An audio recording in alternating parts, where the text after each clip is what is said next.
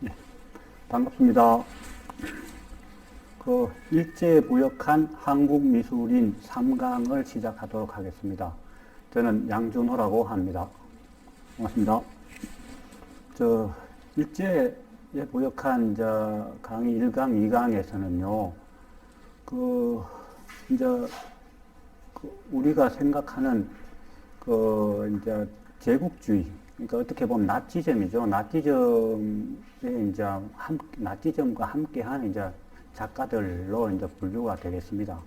나치즘이라는 게 우리가 우려하는 문제는 평화를 이야기하는 게 아니고 차별을 이야기했고, 차별 속에서 희생을 그러니까 이야기를 한 게 많았습니다. 희생이 뭐 정당한 희생이냐 뭐 이런 문제가 아니고 정당하지 않은 희생을 강요한, 그러니까 그 사회적인 뭐 제도나 이런 걸로 강요하게 만드는 게 더 큰 문제였지 않느냐.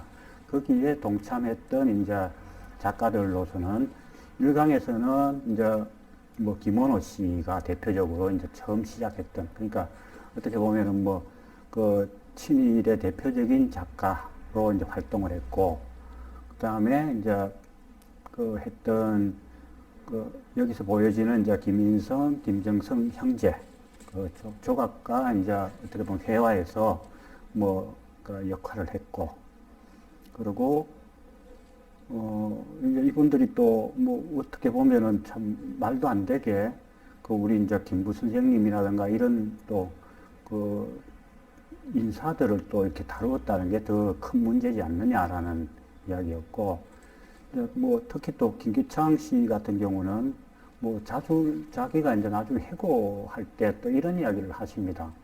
무슨 이야기를 하느냐면 이제 본인은 그냥 뭐 먹고 살기 위해서 할 수밖에 없었다라는 하여튼 이야기를 합니다.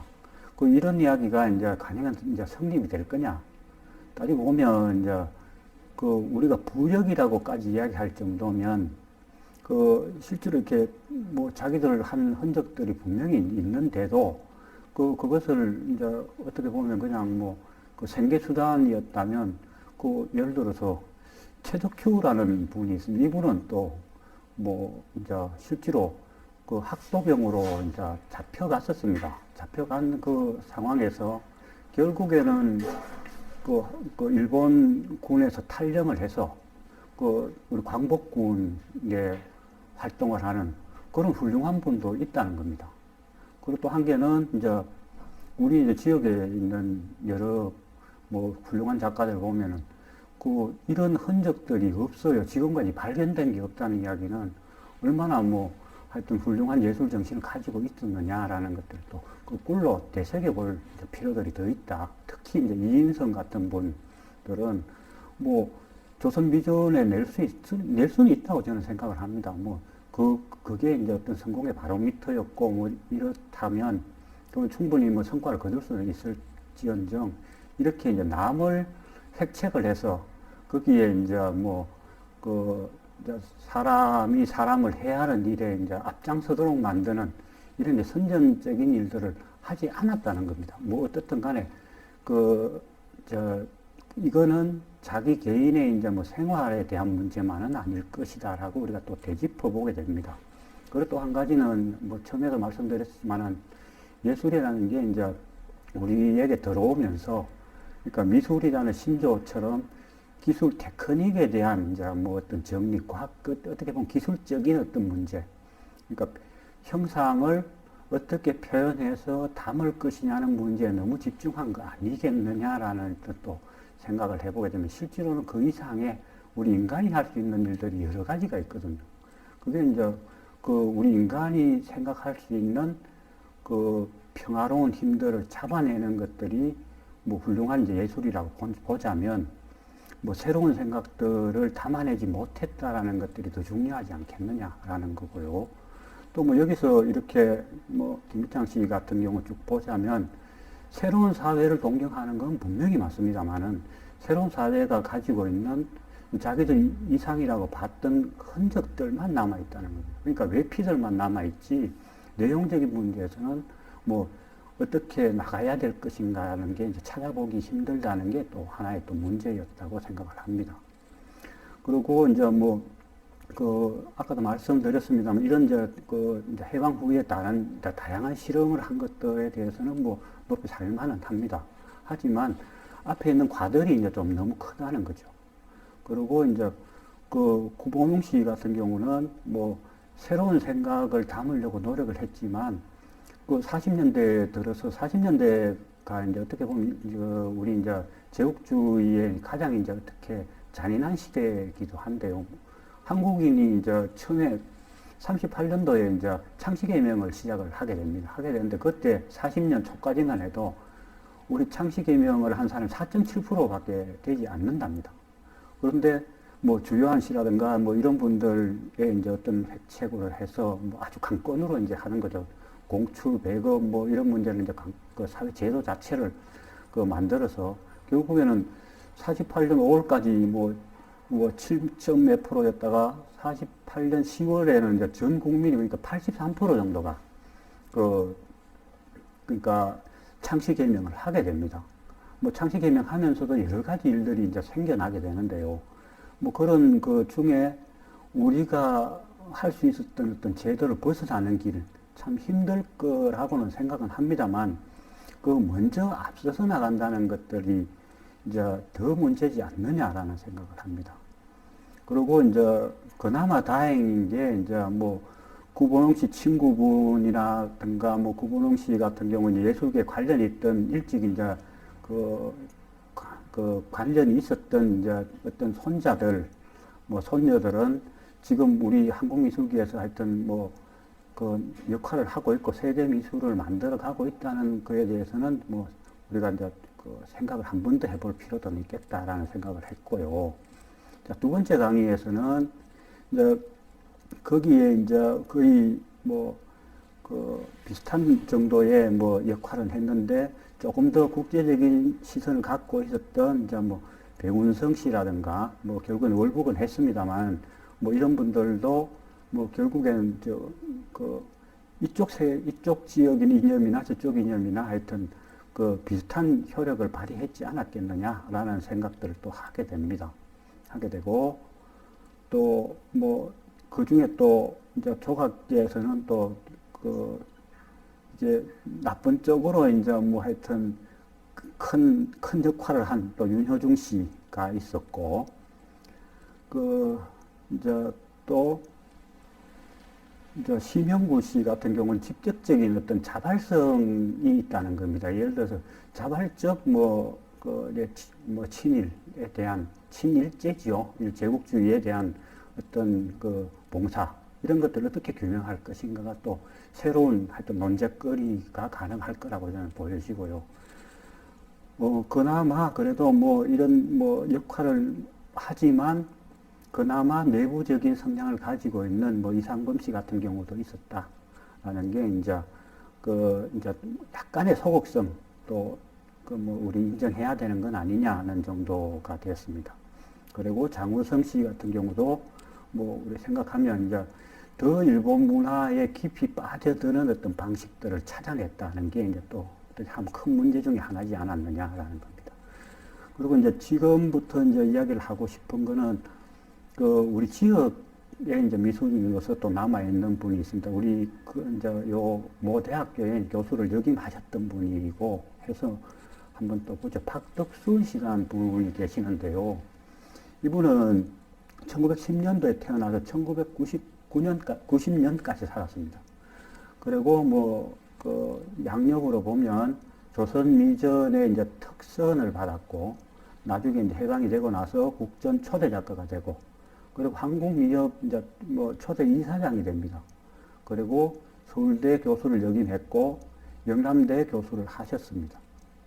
그 중에 이제 여기 또 재밌는 게 보면 이제 파스라는 이제 우리 동인전을 이제 하게 되는데요. 이 양반 여기 보면 1915년 6월 2일 뭐 이렇게 적혀져 있습니다. 여기 이제 기념사진인데 보면 요 분이 이제 그러니까 여기 있는 저쪽 끝에 제일 끝에 있는 저분이 이제 박덕순 씨입니다.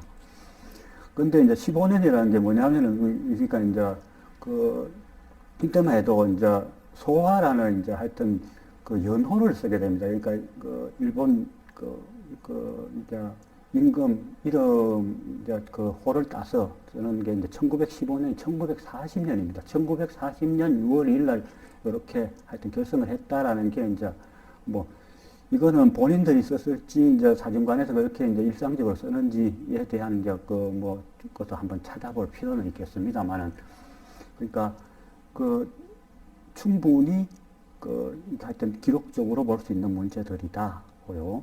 또 한 개는 여기 이제 이 양반이 창씨 개명을 한 게 또 아라이 준페이 이제 그러니까 신정이니까 아라이 준페이입니다. 그러니까 특공대라는 어떤 이런 그러니까 어떻게 보면 이제 해전에 이제 일본이 이만큼 이제 전과를 올렸다라는 것들을 보여주는 그러니까 그때 특공대라는 게 아마 가미가제 특공대였겠죠. 그러니까 아까 이야기했던 아베 초상을 보셨듯이 이제 윤여정 씨가 만든 아베 초상을 보셨듯이 이제 그런 사람들이 역할을 한 그러니까 전쟁 소모성 이제 인간의 인류 문화를 파괴하는 거죠. 따지고 보면은 전쟁을 해서 뭐 파괴하는 거라고 보다는 기본적으로 기본적인 예를 들어서 뭐 전쟁에 예의가 있겠습니까만은 그러니까 전쟁 기본적인 방식들도 벗어나는 방식으로 전쟁을 했다라는 게 이제 가장 큰 문제였고 서로가 뭐 따지고 보면 뭐 미국도 뭐 만만치 않습니다만은 인간에 대한 뭐 살상 이게 무기로 그러니까 뭐 원폭을 터뜨린다든지 뭐 이런 문제들은 실제로 상당한 위험인 거를 분명히 알았을 텐데도 뭐 하여튼 했다는 게 전쟁의 참상을 볼 수 있는 그 중에 하나이기도 할 겁니다. 근데 그 중에 이제 뭐 하여튼 이렇게 특공대를 자랑하는 이제 이것도 45년입니다. 45년에 이제 이렇게 기록을 한 거면 이것도 이제 우리가 또 생각을 해봐야 되지 않느냐라는 겁니다. 그리고 요게 이제 박동치 씨가 그리는 이제 우리가 보면 이제 이제 두 번째 시간에 제가 말씀드렸듯이 이제 뭐 우리 국전에 나가면 이제 보는 기본적인 이제 큰 상을 받는 작품들의 유형 그러니까 앉아 있는 여인의 뭐 여인이나 뭐 사람의 이제 뭐 자상 뭐 노인이나 뭐 이렇게 뭐 장르는 바뀌면 이런 자세들이 어떻게 보면 이제 국전의 이제 대표적인 이제 어떤 형식을 만드는 관전이 가지고 있는 한계점을 드러내는 그 중에 하나이기도 합니다. 거기에 이제 가장 충실했던 작가라고 보여집니다. 그리고 뭐 이분은 또 요게 실록의 계절이 이제 요쪽에 있는 오른쪽에 있는 작품이 실록의 계절 요게 계곡이고요. 그러니까 요게 계곡이고 요게 이제 실록의 계절인데 하여튼 뭐 이렇게 어떻게 보면 표현력이 차분하게 뭐라 그럴까 이제 꼼꼼한 상황을 이제 설명을 해주는 그러니까 어떻게 보면 구상 작품의 어떤 기본기를 잘 가지고 있는 작가 중에 하나로 뭐 보시면 될 듯합니다. 그 다음에 이제 우리가 생각을 해야 될 분이 정현웅이라는 이제 분이 있는데 이분은 1911년도에 태어나서 1976년도에 돌아가셨습니다. 물론 조선 미전에 이제 특선을 받았고 이제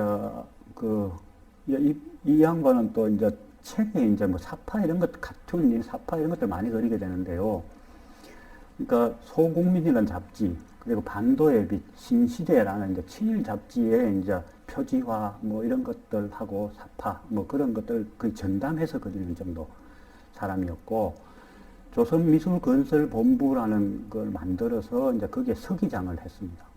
그리고 신천지라는 이제 그 잡지를 발행하기도 했고, 그런데 이제 6.25 때 월북을 했고, 물질문화보존연구회 제작부장을 지냈답니다. 그리고 미술가동맹 출판문과위원장을 하여튼 이북에서 뭐 했던 사람 중에 한 사람인데요. 뭐 하여튼 이 사람 다방면으로 이렇게 지금으로 치면 인기 저널 작가 뭐 이렇게 보시면 될 것 같습니다. 그런데 내용이 생각보다는 심각합니다. 뭐 여기는 이제 뭐 백림개선이라고 이제 적혀져 있는 이게 이제 베를린입니다. 그러니까 베를린에서 이제 개선식을 하고 있는 이제 나치를 이제 찬양을 한 겁니다. 나치기가 있고 뭐 이렇게 되는 뭐 시는 물론 다른 분이 썼겠지만 요거를 이제 뭐 버리게 되고요. 그리고 이제 여기 나오는 저쪽 오른편에 있는 그림을 보시면, 여기 이제 반도의 빛이라고 이야기합니다. 이게 한자로 반도의 빛인데요. 이제 우리나라 이제 조선을 반도라고 이제 일본 친구들 일제가 이야기를 했고, 그러니까 지금 전체 아시아가 가지고 있는 이제 전선에 대한 이야기들을 여기서 이제 이야기를 이제 그 그림 한쪽에 표현을 다 합니다. 어디까지 점령이 되어 있고, 뭐 어떻게 지금 뭐 전 상황이 되어 있다라는 것들을 이제 이야기를 하는데, 이게 이제 이 책이 이제 대동아 전쟁 1주년 특집 표지화입니다. 그러니까 1942년도에 이제 아시아를 이제 대동아라는 게 그 아시아를 그냥 탕계로 묶겠다라는 이제 그런 이야기로 보시면 되는데, 이제 자기들이 이건 다 차지할 수 있다, 뭐 이런 정도에 대한 기념으로 이제 하여튼 특집호라고 보시면 될 것 같습니다. 그 다음에 이제 신시대라는 이제 저쪽 편에 그 학도병을 이제 그린 요거는 이제 청년 학도병을 제목을 이제 하여튼 표지화로 그려서, 뭐 당연히 이제 인간이면 가야 된다, 뭐 조선인이면 이렇게 그 전쟁에 봉사를 해야 된다라는 것들을 이제 확연하게 보여주는 그런 작품 중에 하나라고 하겠습니다. 그리고 이거는 이제 그 소국민이라는 책자에 있는 이제 제독, 이제 고가 제독이라는 이제 그 일본의 이제 전쟁 영웅 중에 한 사람이죠. 그 사람을 이제 기리고 있는 작품입니다. 그러니까 뭐 하여튼 일본 전함도 대단하고, 뭐 하여튼 이렇게 비행편대도 이제 대단하다라는 이제 이야기를 하게 되는 그런 작품입니다.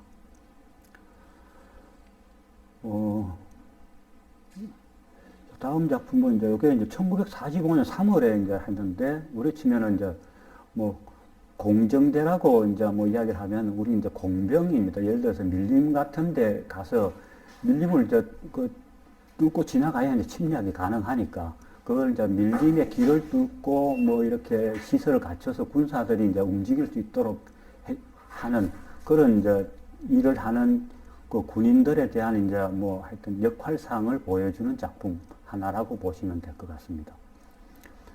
아마 일제는 이때 뭐 다양한 전술 같은 것들을 많이 이제 썼다고 이야기를 하는데, 우리 지금으로 치면 자전거 같은 거를 이제 뭐 밀림에서 사용해서 하여튼 행군을 아주 빨리 했다든가, 뭐 짐을 쉽게 나른다든가, 뭐 이런 것들도 하여튼 전쟁사 중에 나오는 이야기들 중에 하나이기도 합니다. 자, 그 다음에 이제 정은용 씨가 이제 이게 더 참 어떻게 보면 이제 의미가 이제 클 것 같은데요. 이제 자, 그 소국민이라는 책자는 우리 이제 어린이라는 걸로 이제 받아들이면 되는데, 작은 우리로 치면 어린이들도 뭐 어떻게 여기 표지화에 보면 이제 자, 지금부터 준비해서 자, 여기 또 1장기까지 있습니다.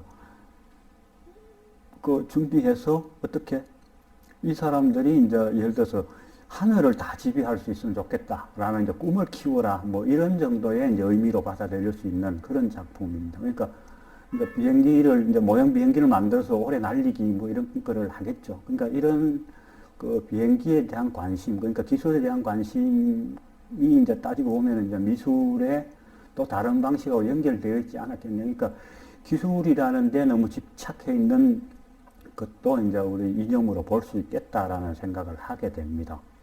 그리고 이제 따지고 보면은 가장 힘든 이제 사람들이 어떻게 보면은 이제 그 약자들이거든요. 전쟁 상황에서 가장 그러니까 부녀들, 여자분들, 뭐 이렇게 소년들 이럴 텐데, 하여튼 또 그 전쟁에서 또 이용해 먹는 이제 선전으로 이용해 먹는 경우는 아주 이제 어린이, 유부녀 뭐 이런 그 부녀들 뭐 이런 것들은 또 이런 방식으로 이용해 먹기는 아주 이제 뭐 또 많이 이용한다, 뭐 이런 또 볼 수가 있겠습니다. 자, 그리고 이제 이분은 이제 정종려라는 이제 사람인데요.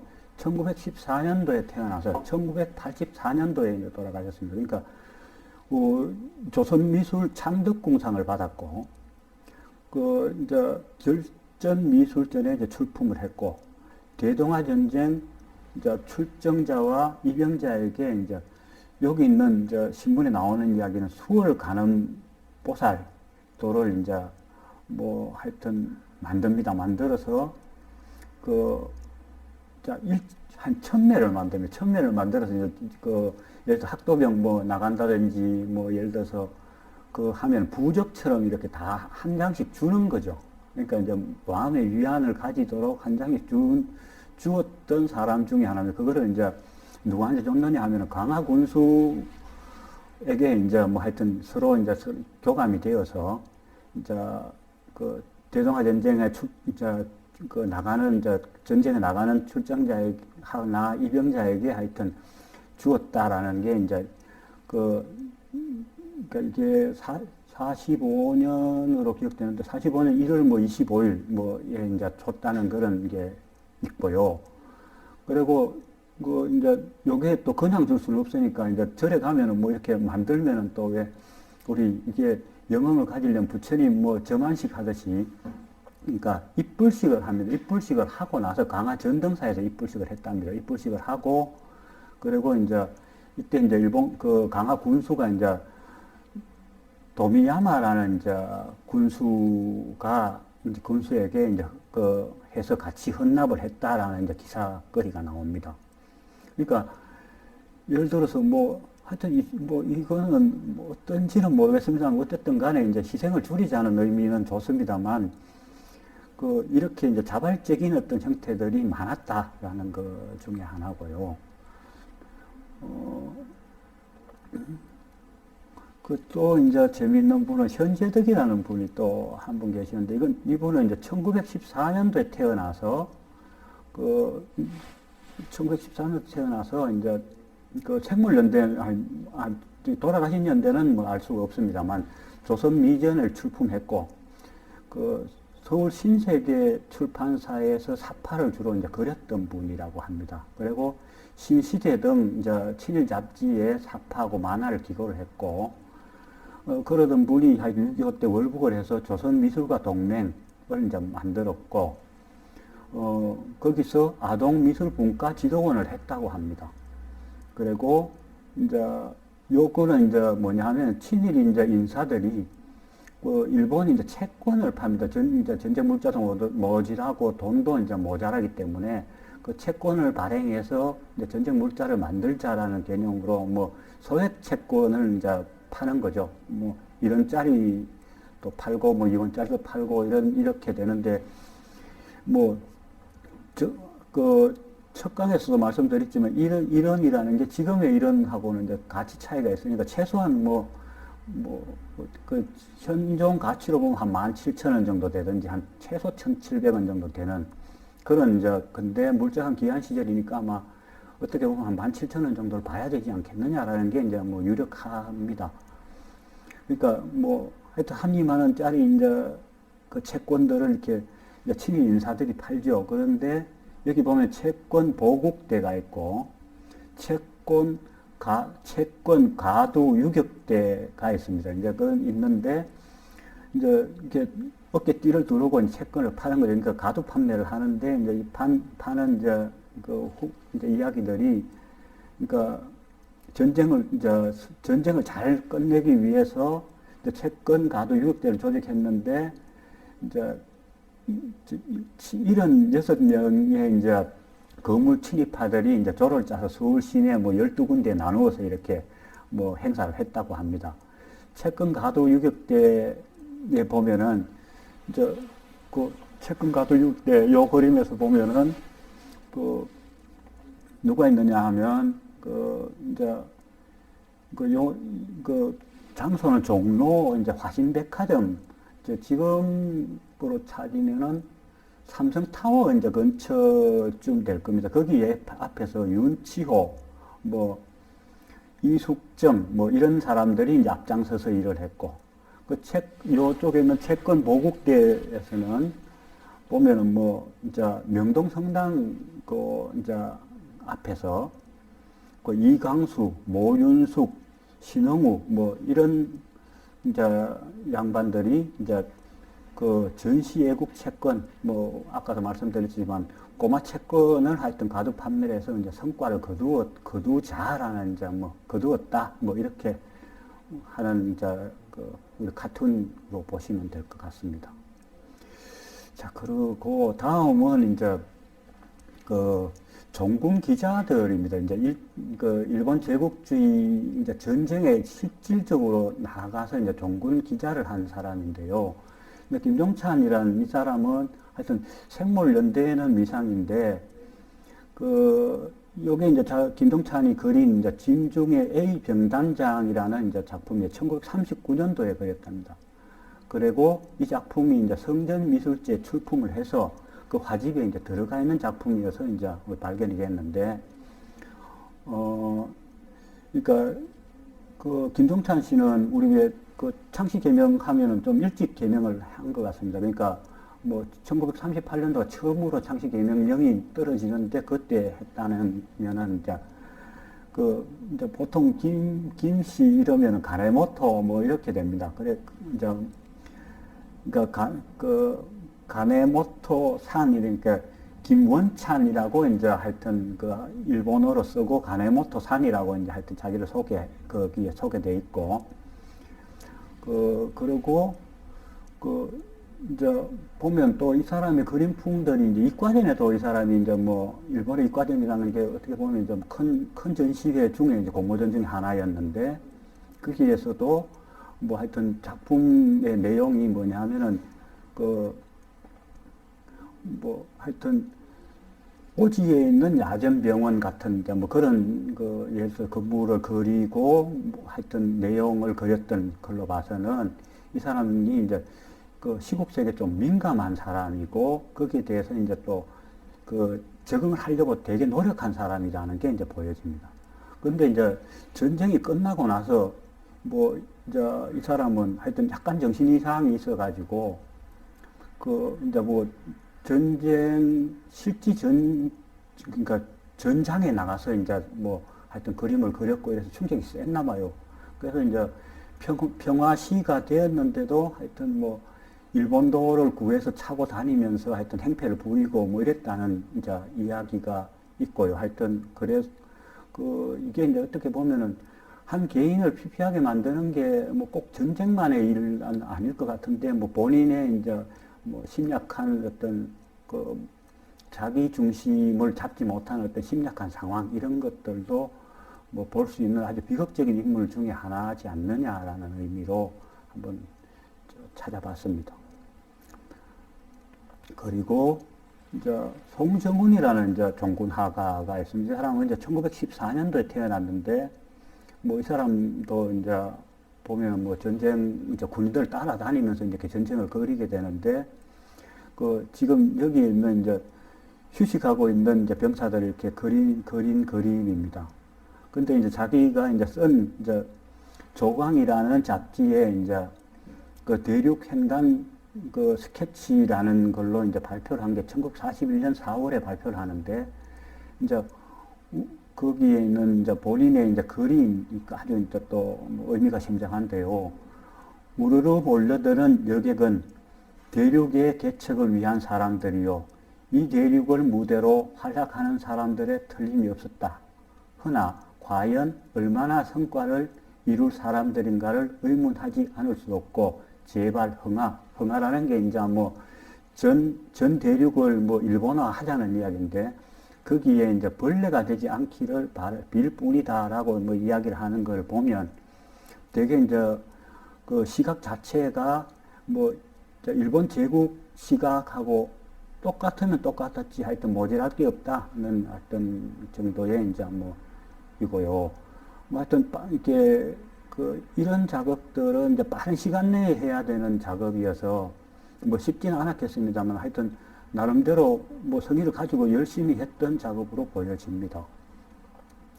그리고 마지막으로 이제 뭐 지성렬이라는 작가는 생멸연대가 이제 그러니까 뭐 확실치 않은데, 이게 이제 난징 부근이라고 이제 얘기를 합니다. 난징 부근에 이제 풍경화를 이제 그렸다라는 이제 뭐인데요.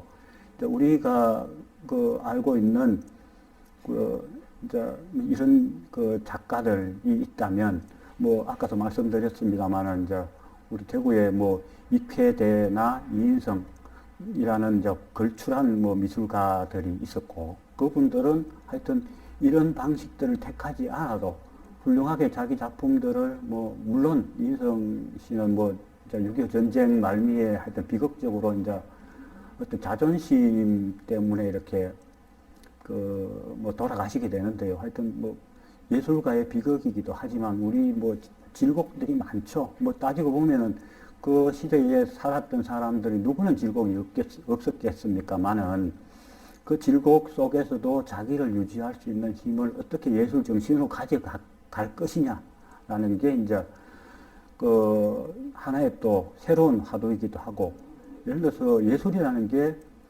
화해에 대한 이야기고 새로운 평화에 대한 이야기여야 한다고 생각을 합니다.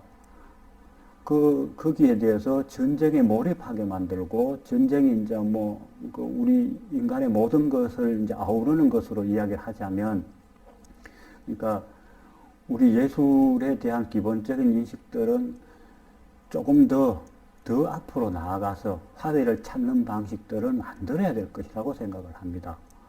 그리고 이제 뭐 오늘 이야기했던 이제 삼강에서 이야기했던 이제 작가들 한번 더 둘러보자면 자 뭐 우리 대구를 근간으로 해서 했던 이제 박덕순 씨의 이제 뭐 작품 뭐 이렇게 보면은 이제 뭐 당시에 뭐 83%면 거의 뭐 전 국민이 했다고 봐야 되겠죠. 그렇지만 뭐 스스로 앞장서서 이렇게 뭐 하고 뭐 전쟁을 참여하고 뭐 이렇게 폭력이 뭐 우리의 뭐 영원한 어떤 힘인 것처럼 이야기하는 이런 시대가 있었다면 앞으로의 시대는 이런 전쟁의 시대가 끝나고 뭐 차별이나 뭐 폭력의 시대가 마칠 수 있는 어떤 예술, 폭력을 이제 없앨 수 있는 예술로 나아가는 게 이제 더 중요한 우리 이제 예술의 지상 명제가 아닐 것이냐라는 게 이제 제 생각이기도 합니다.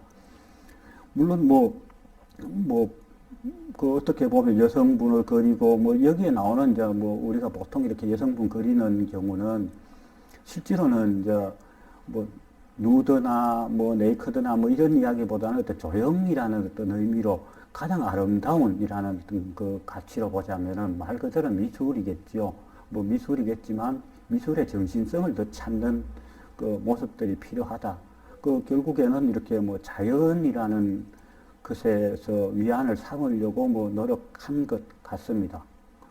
그리고 이제 뭐 이렇게 그 어떻게 보면 대중성을 가지는 어떤 모습 속에서도 이제 정현웅 씨 같은 경우는